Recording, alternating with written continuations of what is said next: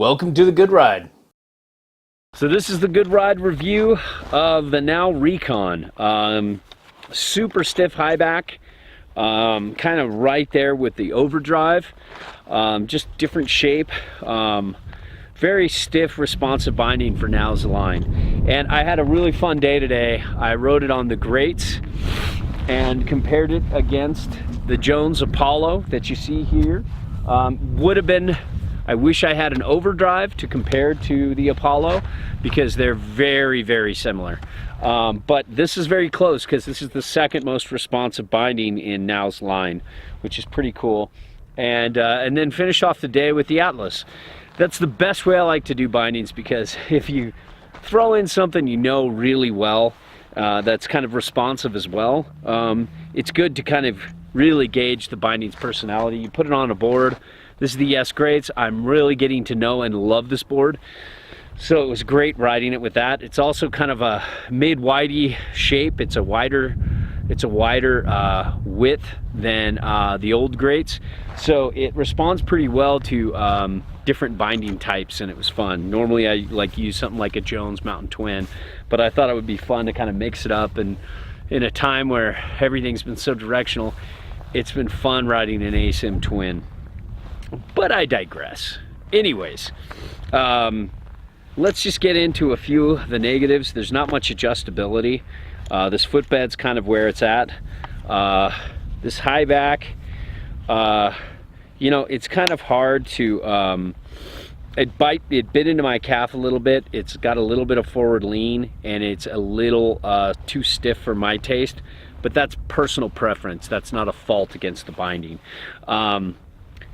The base plate, but the one fault I would say is there isn't any high back rotation ability.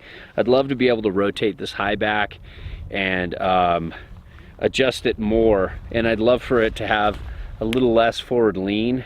You can see it's kind of like this. Inside it's a little more upright than it looks, but it's still got a good bit of forward lean to it that I don't like as much. I'd love to have it zeroed. I'd love to have the ability to zero it out and have it, like, you know, straight up. And if I can't, then I'd want to rotate it so it doesn't bite into my calves, my medium-sized calves, my healthy, well-formed calves. Anyways, this base plate is great. The Kingpin technology is really cool. You can't really see it. Let me see if I can get and show you this Kingpin tech. You can kind of see it go up and down, and it really, like, it's really fun. That combined with these stoppers that you can change out, you can go for softer stoppers, but why do that when you're getting a stiff, responsive binding? Really has a good feel underfoot.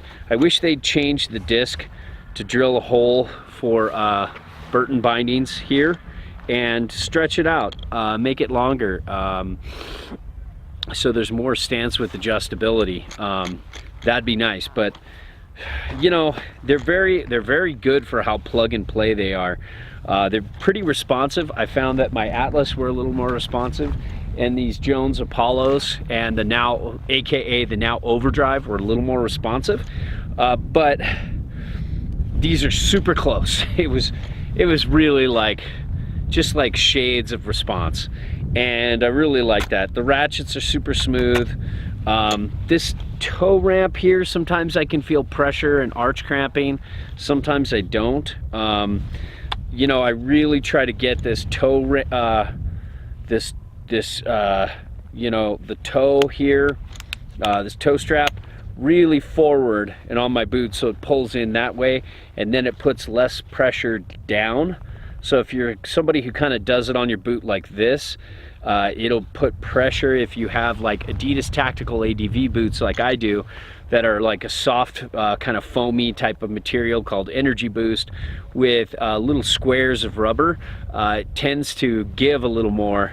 If you have a strong rubber footbed, you won't even notice it.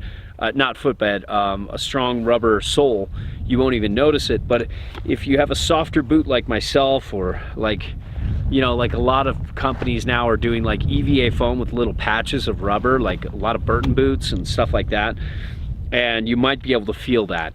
I've noticed a little inconsistency in the footbed, but it's much better as long as you put this toe strap really forward and pull in.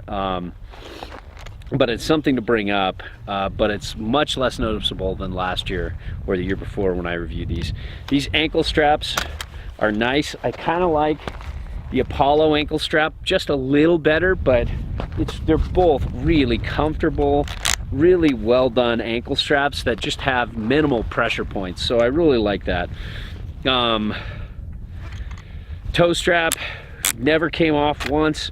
The ratchets are super smooth. Especially when you don't get them in there like that. Yeah, so you know, the ratchets are smooth, they're on and off easy. This is one thing I really don't like, because he's just always in your way. You kind of have to like really bend them this way so they flop open, but they don't come back. And this is what most bindings do. They come back behind. And that's what you want these bindings to do, so they get out of your way when you put them on. But all in all, this Recon's a really nice, responsive binding, and I liked how the high back was a little lower than the O-Drive and the Apollo. You know, you can see it had a little less bite into my calf. So that's kind of cool. So all in all, it's a fun binding. I love the Hanger 2.0 footbed. Did with my Adidas Tactical ADVs. Didn't even feel the sides pinching, which is super cool. So there you have it. That's the Recon, and it's a very good binding.